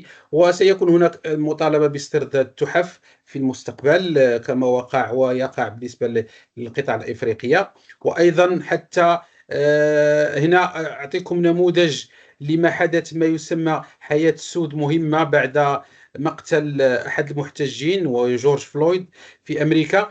وهذه الصورة هي التي تجسد هذه الخلاصة، بحيث أنه مثال معبر كيف أن العموم أو أن الزائر فرض على هذه المدينة الإنجليزية أن تزيل هذا العرض. يعني هذا التمثال هو تمثال لأحد تجار العبيد، كيف فرضت عليه أن يزيل هذا التمثال وأن يضع الثوار مكان هذا التمثال، تمثال لأحد قائدي هذه المظاهرات في لندن ضد الميز العنصري ضد السود. إذن وكيف لهذا القطعة المتحفية أزيلت بطلب من يعني الزوار، وتم رميها في النهر بطبيعة الحال، يعني انتهى بها المطاف في المتحف، لكن لم يعرض. لاحظتم أن التمثال هنا كان هناك مطلب أن لا يعرض التمثال أفقيا، يعني وأن يعني أن لا يعرض عموديا عفوا، وأن يتم عرضه بهذه الطريقة. يعني كان مطلب في حالة ما إذا أردتم أن تحتفظوا بهذه القطعة التي لا نريدها في مدينتنا ولكن في المتحف، لا يجب أن يظل منتصبا، وإنما يجب وضعه بهذه الطريقة. ونفس الشيء بما أننا نتحدث مع الإخوة في مصر، هو نفس الخطاب وقع حتى بالنسبة لتمثال ديليسيبس. ربما في نظري هذه قراءة يعني شخصية أراها أنه نفس الشيء. الإخوة في مصر يعني الثورة المصرية قاموا بإزالة تمثال ديليسيبس، فرديناند ديليسيبس، لأن كان هناك انقسام داخل المجتمع. آنذاك تمت إزالته وتم يعني وضعه في يعني في أحد الأماكن في قناة السويس، لكن انقسم الشارع المصري ما بين من يطالب بأن يرجع التمثال إلى مكانه لأنه يعني جزء من التاريخ، وأنه ربما سيساهم في يعني السياحة. وهناك من طالب بأنه لا يجب أن يرجع إلى مكانه لأنه يعتبر صنم للسخرة وليس تمثال. يعني أنا ليس لدي أي موقف في هذا الجانب، هو فقط لأبين لكم أن هذا الانقسام هو انقسام صحي داخل المجتمع المصري، وهو ليس عيبا، ولكن يبين على مدى الغنى الذي يمكن أن نصله في علاقتنا مع التراث ومع كل ما وارثناه من أشياء. وبطبيعة الحال التمثال ربما تتساءلون الآن أين يوجد، فتم نقله إلى متحف قناة السويس، وأظن أن هذا قرار يعني صائب سيتم عرضه في المتحف قناة السويس. إذن المستقبل أيضا يجعلنا يجب أن نكون في مأمن عن كل الكوارث. ولديكم فيروس كورونا كيف مررنا منه ولم نستعد له، وكان شبه صدمة بالنسبة للمتاحف. فالمستقبل يعني سيجعلنا عرضة لأزمات أخرى، وكل متحف سيكون مطالب بأن تكون له إدارة جيدة لإدارة الكوارث. وأختم ربما بهذا الجانب، هو تحدي مستقبلي هو نقص التمويل بطبيعة الحال. فعلى المتاحف أن تفكر يعني في أشياء أخرى. هنا أعطيكم مثال: المتحف الوطني الهولندي يعرض خدمات المبيت داخل المتحف بعد نهاية الدوام. لماذا؟ لأنه عنده يعني لدر مجموعة من المداخل. هناك متاحف تعرض حتى لعيد الميلاد داخل المتحف أو المبيت داخل المتحف. يعني فقط يعني لكي نشير على أنه سيكون هناك تحدي الحفاظ على التمويل المالي. والتحدي الآخر هو الشيخوخة التي ستصيب عالمنا بصفة عامة ونقص الموارد البشرية. فيبقى حل ربما هو الاعتماد على فئة من المتطوعين. ربما أن المتاحف ستكون مضطرة إلى البحث عن المتطوعين لإنجاز مجموعة من المشاريع، خاصة مشاريع الجرد أو إعداد العروض المتحفية. وأيضا هناك تحدي اختيار الفريق العمل.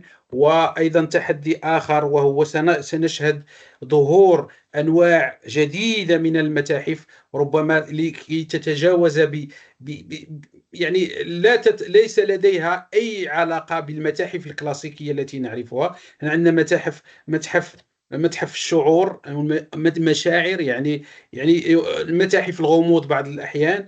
يعني ستكون هناك أشياء أخرى. سيتم أيضا ظهور متاحف ما يسمى المتاحف المجالية أو الإيكو ميوزيوم في المستقبل.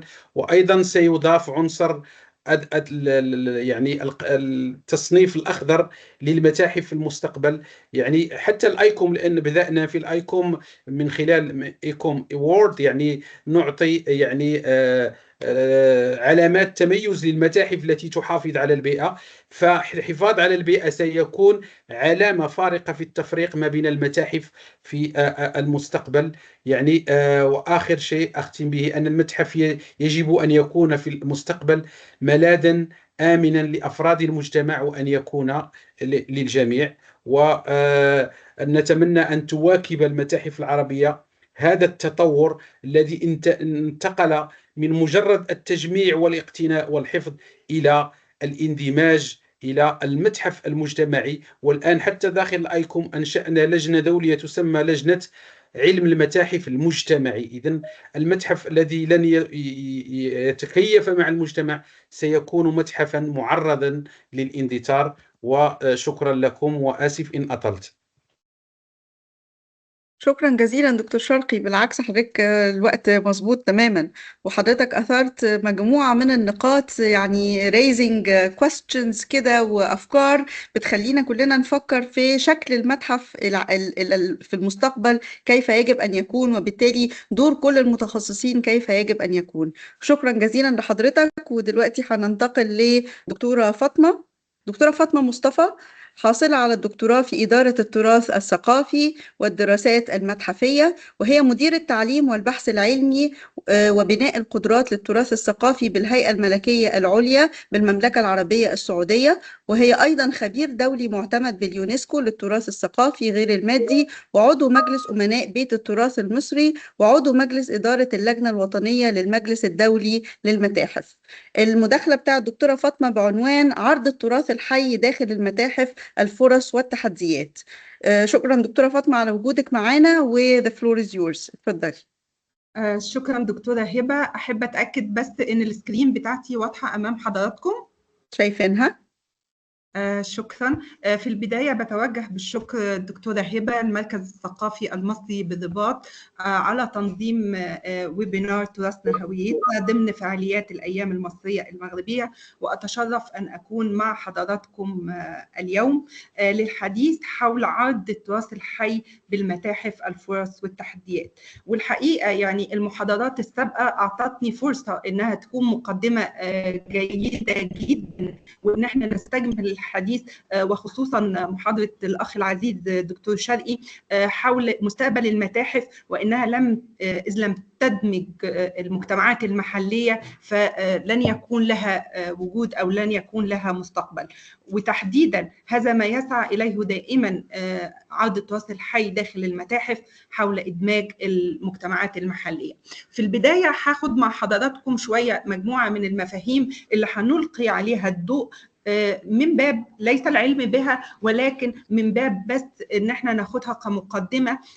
ان التعريف الاولاني بالنسبه لنا المتحف، ان المتاحف في العقود الاخيره شهدت تطورا ملحوظا في طبيعه ادوارها ووظائفها، فلم تعد كما ذكر الساده الافاضل والاساتذه الاجلاء اللي عرضوا من قبل، لم تعد اماكن لعرض القطع الاثريه فقط وحفظها، بل اصبحت منصات تفاعلية تعزز الحوار الثقافي وتساهم في حماية التراث سواء المادي أو غير المادي. وهذا ما ألزمت به المتاحف نفسها، سواء في التعريف الخاص ب 2007 أو حتى التعريف الخاص ب 2022.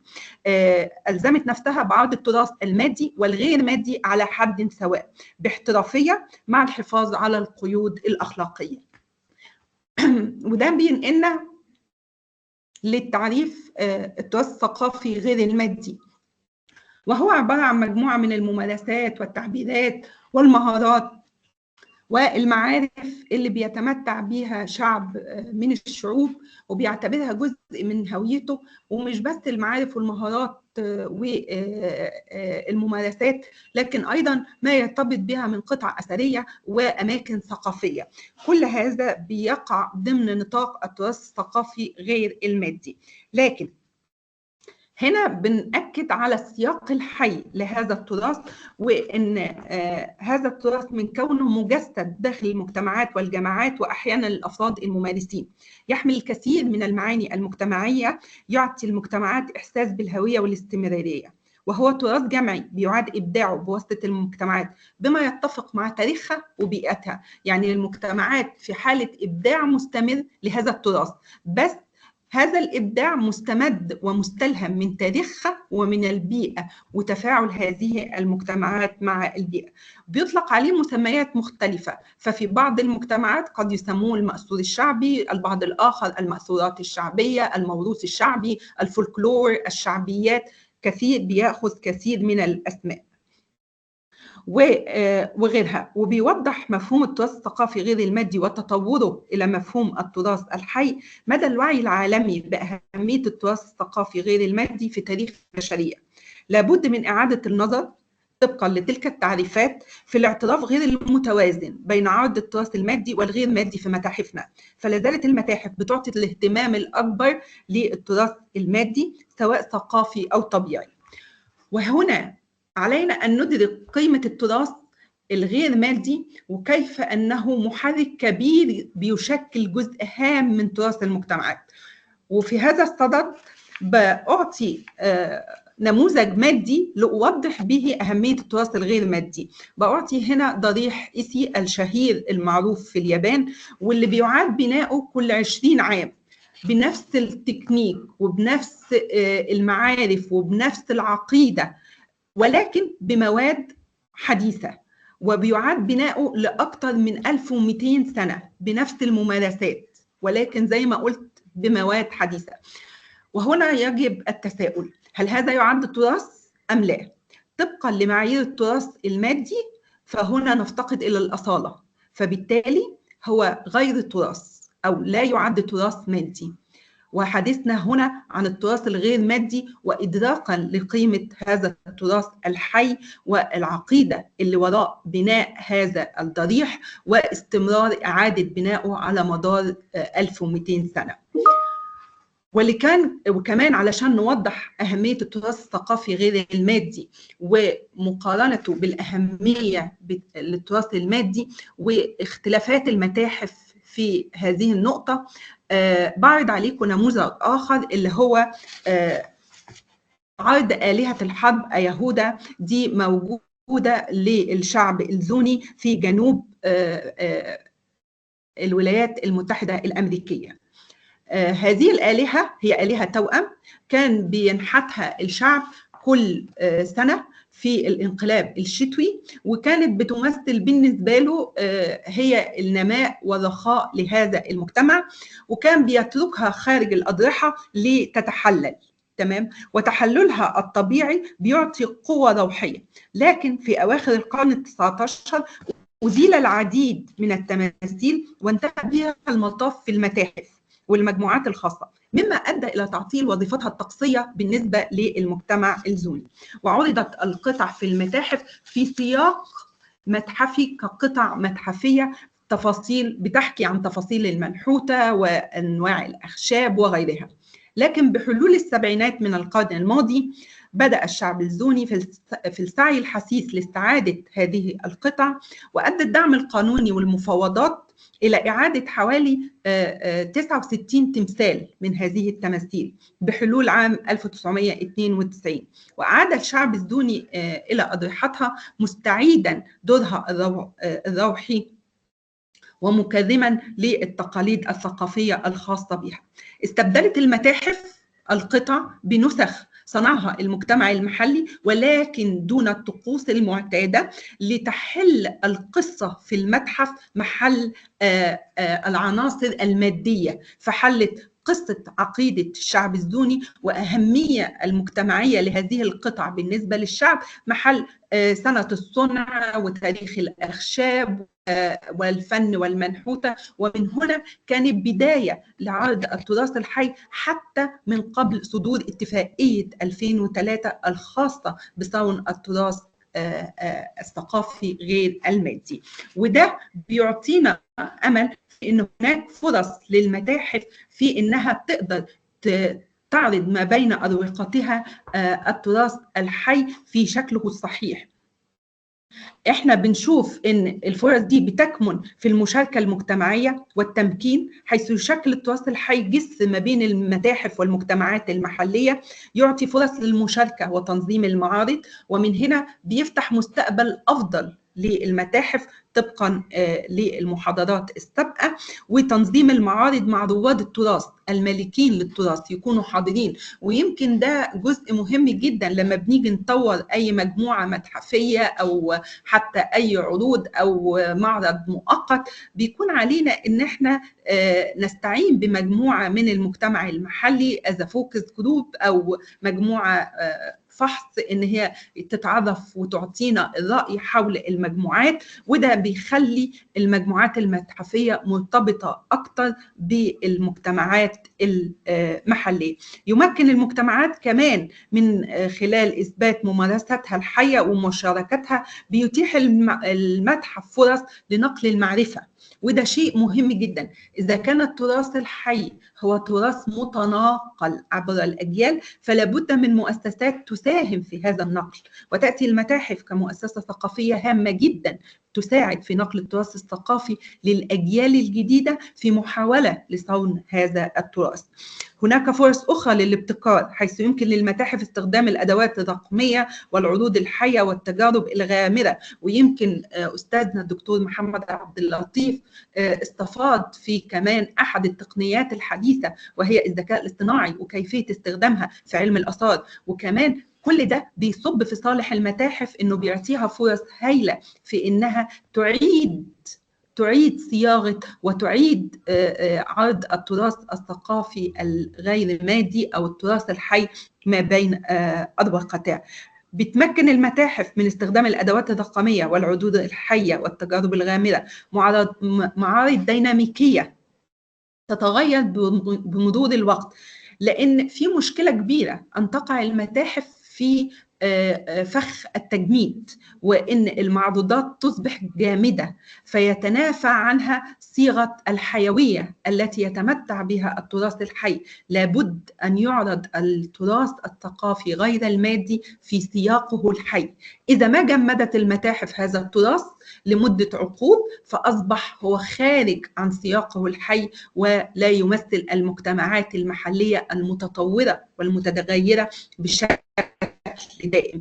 علينا مراعاة هذا، وده بيعد فرصة مهمة جدا للمتاحف إذا ما كانت تعرض التراث في إطار الديناميكية والتغير بمرور الوقت، سواء مع المواسم أو مع المهرجانات، وأن يحل الحرفيين والفنانين ضيوفا على المتاحف. أيضا من أحد الفرص المهمة التي قد تستخدمها المتاحف في أثناء عروضها للتراث الحي إنها تستطيع أن تساعد في أن هي تنهي الاستعمار وتزيد من الشمولية، وتحويل التركيز من السرديات الاستعمارية التي تركز على الأشياء إلى سرديات شاملة تركز على الإنسان. يساعد التراث الحي أيضا على تنوع الأصوات داخل المتحف وداخل ساحات المتحف. دي الفرص اللي ممكن يعطيها التراث الحي أو عرض التراث الحي داخل المتاحف إذا ما استعنا به في الشكل الصحيح ووضعناه في أطره الصحيحة. وإليكم بعض النماذج. ده متحف أونلاين اللي هو SSLH. ده مشروع كبير. SSLH هي اختصار ل Safeguarding Sudan's Living Heritage، وده مشروع ممول من المركز الثقافي البريطاني صندوق حماية التراث. الحقيقة المشروع ده كنت بشرف بأن أنا كنت استشاري المشروع للتراث الحي. كان من ضمن مخرجات هذا المشروع مخرج هام جدا وهو متحف للتراث الحي أونلاين. وجاء متحف التراث الحي الأونلاين ده علشان يعزز الحوار الثقافي وتبادل الخبرات بين الشعوب، لأن المتاحف الأونلاين بتتيح فرصة للمجتمع المحلي أنه يوصل للعالمية، وأن العالم كله يقدر يتعرف من خلال هذه المتاحف الأونلاين على التراث المحلي لبعض المجتمعات أو الجماعات، وأحيانا في أحيان قليلة جدا لبعض الأفراد. في ظل التطور التكنولوجي بات من الممكن الحفاظ على التراث الحي ونقله بسهولة، مما يعزز الوعي الثقافي ويضمن استمرارية هذه الموروثات للأجيال القادمة. وإن احنا نقدر ننقل ده بسهولة ونعزز الوعي الثقافي من خلال أحد النماذج زي ما قلت لحضراتكم متحف التراث الحي. وهو المتحف جه إعادة إحياء للمتحف الإثنوغرافي في السودان، بس للأسف احنا ما قدرناش نعيد إحياء المتحف الإثنوغرافي نظرا لظروف الحرب، فتم استبداله بمتحف أونلاين متاح ضمن الويب سايت بتاع المشروع. وعلشان نقدر نستخدم الفضاء الرقمي كبديل مؤقت نعمل ضمن حدوده وإمكانياته. بيشمل المتحف مجموعة من الغرف حيث يتم التعامل مع القصص والمحتوى الإعلامي كما لو كانت قطعا ومواضيع متحفية. يحتوي المتحف على عدد من الغرف اللي نقدر نكسبلور أو نستكشف هذه الغرف. غرف عن الأطعمة التقليدية، غرف عن الملابس والأزياء، غرف عن التراث الخاص بالمرأة السودانية، غرف أخرى عن الفنون أداء العروض، وكمان عن الحرف السودانية. وأهم من ذلك جزء مهم جدا عن أركايف أو أرشيف لعرض كتير من العناصر الثقافية اللي تم حصرها ضمن مشروع صون التراث الحي للسودان. الحرف دي أو العناصر الثقافية دي كانت خاصة بالأسواق الشعبية على مسار رحلة البدو الرحل اللي موجودة في السودان. حصلنا عدد من العناصر كبير جدا. لو حضراتكم قمتم بزيارة المتحف أونلاين هتقدروا تتعرفوا على العناصر الثقافية دي وتشوفوها. وهنا بيخلينا نقف قدام تساؤل أود إن أنا أتكلم فيه مع حضراتكم عن بعض المبادرات لجمع وتوثيق التراث الحي ومدى الاستفادة منها وفعاليتها. فهل هي بتصبح مجرد أوراق ونقول إن إحنا عملنا مبادرة وجمعنا التراث، أم إحنا بنتيحها لجمهور المستفيدين وتأتي المتاحف كمؤسسة ثقافية قد تستفيد من هذا التراث المجموع وتعرضه ما بين أروقتها أو تستعين بالمعلومات اللي موجودة فيه، أو حتى مؤسسات أخرى زي مؤسسات المؤسسات الحكومية المسؤولة لوضع خطط وسياسات لإدارة هذا التراث، أو حتى إن احنا نعمل ملفات ترشيح للعناصر. وبالتالي فمن الجيد إن يكون في مبادرات لجمع وتوثيق التراث، لكن من الأهم إن إزاي نقدر نستخدم هذا الجمع والتوثيق ونتيحه لمجتمع الباحثين والمستفيدين، ومنهم زي ما قلت لحضراتكم المتاحف، لأن المتاحف هو مؤسسة ثقافية هامة جدا للاستعانة بمثل هذه المعلومات، وخصوصا كمان أن الجرد القائم على المجتمع للعناصر الثقافية لابد أن يتم بشكل دوري، فبيعطينا صورة مستمرة حية للعناصر الثقافية. وزي ما قلت لحضراتكم أن المتحف صون التراث السودان الحي المتحف أونلاين ومتاح، وليس هو المتحف الوحيد اللي بيسعى لعرض التراث الثقافي غير المادي أو التراث الحي أونلاين، لكن هنلاقي في متاحف كتيرة جدا. فالهيئة الملكية للعلا حيث أعمل بها أيضا لديهم متحف للتراث الحي موجود ومتاح أونلاين للتعرف على تراث المجتمعات الحي، ويمكن ده شكل من أشكال المستقبل الرقمي للمتاحف. وللمحاولة ما بين دمج المجتمعات والعروض التكنولوجية والعروض الأثرية جاء معرض طريق البخور، ده كنموذج لمحاولة المتاحف في أن هي تعمل موائمة ما بين كل وجود المجتمع المحلي، العروض التكنولوجية والعروض الأثرية. طريق البخور ده معرض موجود حاليا بيعرض في محافظة العلا، قام بتنظيمه إدارة المواقع التراثية بالهيئة الملكية بالعلا. المعرض بيعرض تاريخ طريق البخور واللي بيمر بمحافظة العلا، وقام المعرض كلية على المجتمع المحلي. بداية المعرض كانت بعمل جرد للمعلومات والعناصر الثقافية اللي موجودة داخل المجتمع المحلي والمتعلقة بطريق البخور، وتم تحويل هذه المعلومات إلى عروض سواء تكنولوجية أو استخدام قطع أثرية تسهل وتيسر فهم المحتوى المجتمعي وتربط الماضي بالحاضر ولإعطاء رؤية جديدة للمستقبل. ونجد إن إزاي إن اتعمل تأصيل وتوثيق للتراث الحي منذ أقدم الحضارات، من الحضارة النبطية حتى الأيام الحاضرة، وإزاي إن كل العصور أصبحت حاضرة في مجتمع واحد نابضة بالحياة. في سيرك في المعرض بتقدر تسمع حكايات وسرديات المجتمع المحلي حول البخور ومدى ارتباط هذا العنصر الثقافي بحياة المجتمع، وإزاي إن هم بيستخدموه في أغراض كثيرة جدا جدا جدا، في الترحيب بالضيوف، في العلاج، في الزواجات، في حتى في الجلسات الخاصة، في أشياء كثيرة جدا يستخدم البخور كعنصر تراث ثقافي ممثلا للمجتمع المحلي.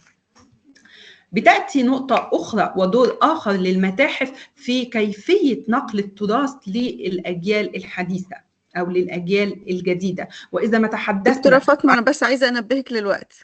حاضر، شكرا دكتورة هبة، شكرا دكتورة هبة. هنتكلم عن نقل التراث للأجيال الحديثة.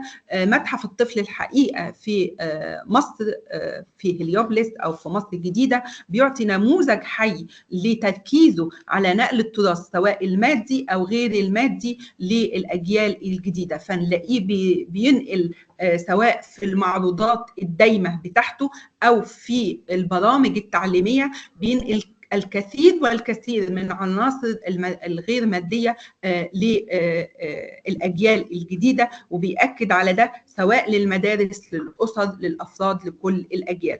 حتى في السياقات الحية وإزاي المتحف بيقدم السياق الحي للتراث الحي، بنجد أنه بيحرص المتحف على تقديم عروض حية، زي ما احنا شايفين مثلا في عروض حية للتحطيب وعروض حية أخرى للأراجوز، والعنصرين مسجلين على القوائم الدولية. التحطيب مسجل على القائمة التمثيلية للتراث العالمي، والأراجوز مسجل على قائمة الصون العاجل كعناصر مصرية تراثية. ولا ننسى أيضا دور المتحف زي ما قلنا في الشمولية، وإزاي بيشمل ذوي الإعاقات المختلفة. وفي النهاية بأكد إن الموضوع ليس بالهين.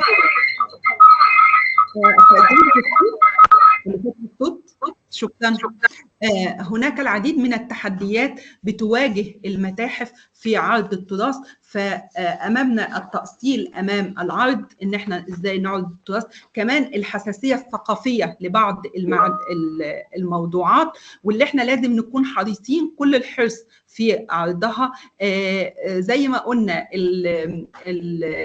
الميزانية، وإزاي إن كمان في نقص في الكوادر المدربة، الاستدامة، وإن إحنا إزاي نقدر نعرض ده بشكل مستدام. ختاما، على المتاحف إنها تعطي مجال أوسع لعرض متوازن ما بين التراث الثقافي المادي وغير المادي، ولا تقع في فخ التجميد أو الإفراط في استخدام التكنولوجي بعيدا عن الممارسين الحقيقيين والمؤديين والحاملين للتراث الحي. شكرا لحضراتكم، وأعتذر إن أطلت. شكرا جزيلا دكتورة فاطمة، محاضرة مهمة جدا، وألقيتي الضوء على أهمية التراث الحي وتجربتنا احنا في مصر من خلال تجربة واحدة فقط اللي هي في متحف الطفل. شكرا جزيلا. وأعتقد احنا دلوقتي يعني عندنا وقت للمناقشات والأسئلة. هبتديها بأول سؤال كان موجود في الشات بوكس لدكتور محمد عبد اللطيف. السؤال كان من آلاء شمس، آلاء أو علاء يعني لأنه الاسم مكتوب بالإنجلش. السؤال كان إيه هو البرنامج المستخدم في إعادة تجميع وتركيب التركيب الثلاثي الأبعاد للقطع الأثرية؟ فدكتور محمد عبد اللطيف لو حضرتك تسمح بإجابة السؤال. الحقيقة في عدة برامج مستخدمة في الذكاء الاصطناعي لها ترميز، بس الحقيقة مش حاضران دلوقتي، لكن في حوالي أكثر من 4 أو 5 برامج مستخدمين، وكل برنامج ليه يعني ليه الايجابيات والسلبيات بتاعته في حاجات معينه، لكن سهل جدا نعملهم في رساله وابعتهم لالاء لحضرتك من خلال حضرتك، والاء تقدر تطلع عليهم وتشوفهم يعني. شكرا جزيلا يا دكتور. دكتور اسامه، حضرتك عندك سؤال؟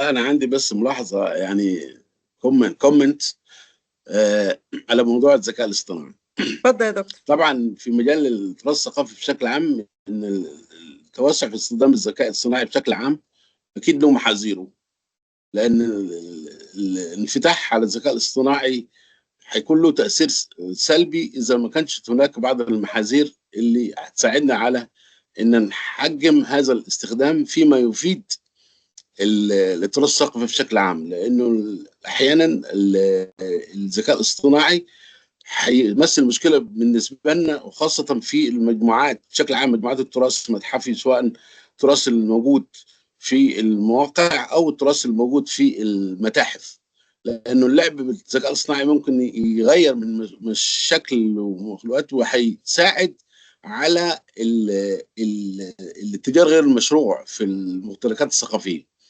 فبالتالي احنا بنشتغل النهارده على اخلاقيات الذكاء الاصطناعي في مجال التراث الثقافي، واليونسكو اصدر هو المنشور له في الكود اوف ايثكس اوف للذكاء الاصطناعي والمحاذير دي.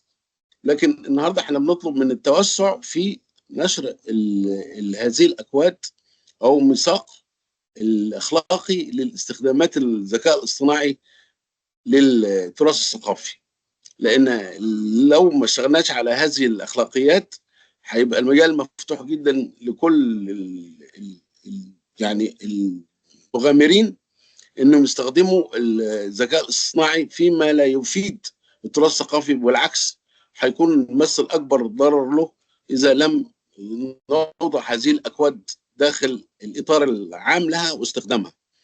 فبالتالي احنا بنحذر، لان النهارده احنا شغالين على الاكواد دي، وان الكود العام او الكود اوف ايثكس او في الاي اي مهم جدا انه ينتشر بين العاملين في مجال التراث الثقافي، على اساس انه بيأكد على بعض المحاذير المهمه جدا اللي احنا لازم نشتغل عليها، وان غير هذا العمل بهذه المحاذير هيكون مضر جدا لاستخدامات الذكاء الاصطناعي للتراث الثقافي بشكل عام والمجموعات المتحفيه بشكل خاص. شكرا لحضرتك. شكرا يا دكتور أسامة. كان في سؤال تاني برضو مرتبط بالذكاء الاصطناعي، لكن دكتور محمد قال إن هو هيوافينا بأسامي البرامج اللي ممكن تستخدم في مجال الذكاء الاصطناعي، سواء بقى لاستكمال أثر أو لاستكمال مبنى أو حتى لاستكمال الفسيفساء زي ما هو مذكور. اسمحي لي بس محمد، حضرتك عايز تضيف حاجة؟ اتفضل. بس طبعا مساء الخير اخويا العزيز وصديقي الدكتور اسامه عبد الوارث. ما اعرفش يمكن حضرتك يمكن كان الصوت يمكن الميوت ولا حاجه، اكيد ما سمعتش، لكن انا قلت فعلا الكلام ده، وانا يعني كان بودي ان حضرتك تاكد على كلامي، لكن انا قلت ان استخدام الذكاء الاصطناعي له ايجابيات وسلبيات، وقلت بالنص كده المواثيق الاخلاقيه مثل حمايه التراث دي من السلبيات. يعني انا قلت الكلام بتاعك بالظبط تماما، ويعني ما ايدتش الاستخدام المفرط للذكاء الاصطناعي، ولكن قلت زي اي حاجه لها ايجابيات وسلبيات، وقلت لابد اننا، وده اللي اكدت عليه تماما في النهايه، ان احنا لازم ما نتخلاش عن الاساليب التقليديه، لانها ممكن نلجا لها لعده اسباب، منها مثلا ارتفاع تكلفه الذكاء الاصطناعي، عمليه الاعتبار في المواثيق الاخلاقيه، عمليه برضه ان الذكاء الاصطناعي هيفقد المتخصصين من الاثريين او الفنيين او الرسامين الدقه في العمل اليدوي اللي ممكن نحتاج اليه. فالحقيقه اللي حضرتك قلته يعني تقريبا انا قلته، بس حضرتك بتاكد على كلامي. انا باكد عليه بس خلال المواثيق، اكيد انا باكد عليه حضرتك على اساس بس انا اشرت ان هناك مواثيق خاصه بالاخلاقيات المفروض احنا نلتزم بيها. سبب النص انا قلت المواثيق الاخلاقيه يعني مهم جدا مراعاتها في هذا الجانب، قلتها بالنص كده حرفيا يعني، بس جاز حضرتك سمعت. شكرا يا دكتور. كان في سؤال من دكتور احمد راشد، اتفضل يا دكتور. هو يمكن مش سؤال، هو بس عشان موضوع الذكاء الصناعي، وانا حتى في موضوع حقوق حضاره بحاول ان انا بطرحها، فبقول ان الذكاء الصناعي واستخدامه هو زي الجواد والفارس.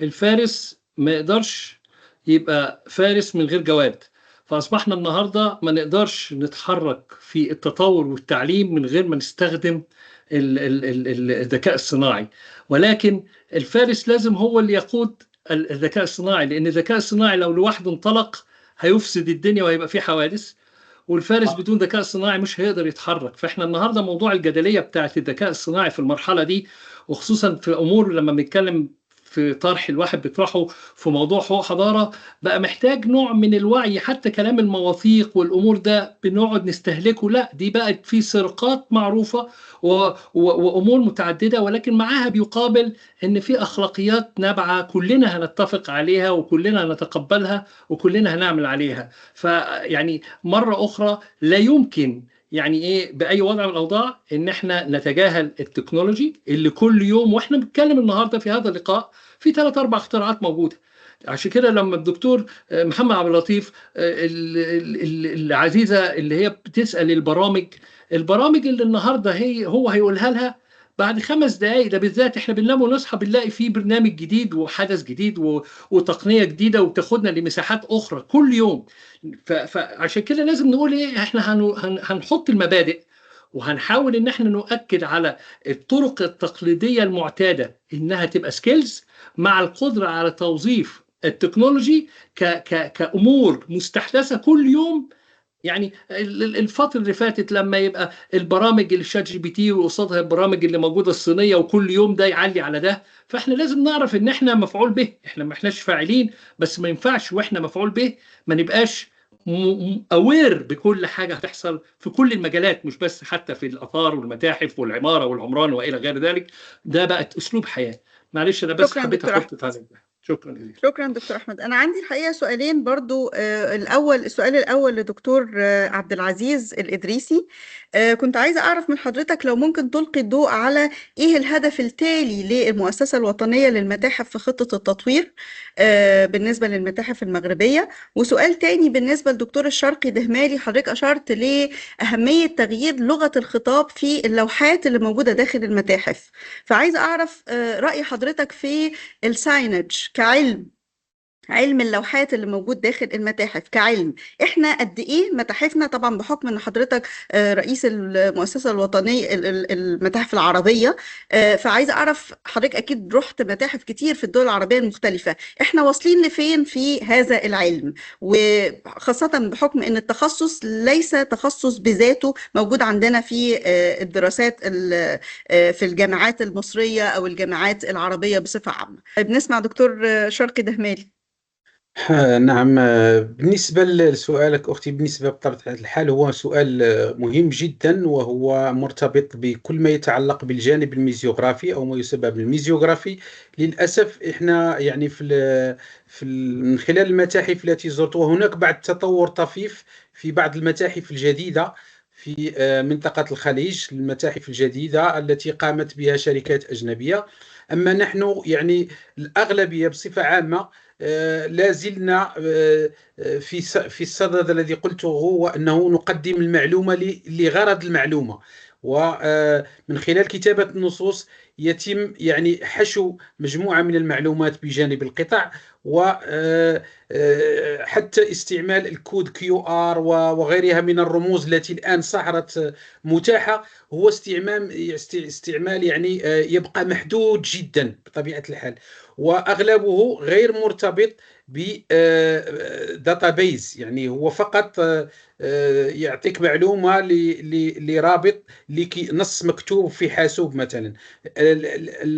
لكن في المتاحف العالمية هذه المعلومات المتوفرة يجب أن تكون مرتبطة بقاعدة بيانات تخص مجموعة من يعني بحيث أن الزائر إذا عمل سكان لكود بجانب القطعة يمكن أن تأخذه إلى مجموعة من الداتابيز وليس فقط لداتابيز محدودة. إذن استعمال هذه التكنولوجيا في متاحفنا العربية هو بدأ فعلا، لكن يبقى جد جد جد محدود. وهذا لماذا؟ لأننا لا نولي أهمية لتكوين الميزيوغرافيين، يعني الأشخاص الذين يقومون بتأتيت الفضاءات المتحفية، ونركز أكثر على تحضير يعني أمين المتحف من الجانب العلمي وغير ذلك. إذن الجانب التقني في عرض المتاحف هو جانب مغيب، وللأسف نحن نعطيه غالبا لشركات أجنبية هي من تقوم بهذا الجانب. فآن الأوان أن نأخذ بأيدينا هذا الجانب الميزيوغرافي الذي يجب أن نتحكم فيه في متاحفنا. شكرا جزيلا دكتور شرقي. آخر سؤالين مرتبطين ببعض. سؤال من خالد بيسأل دكتورة فاطمة عن إزاي نتعامل مع التحديات الثقافية والاجتماعية اللي بتنشأ عند عرض التراث الحي، والسؤال الثاني برضو بيتكلم عن التراث الحي وأهميته، هو مسألة أخذ العينات. ثانية واحدة، لا خلينا ناخد السؤال ده الأول. اتفضلي يا دكتورة فاطمة.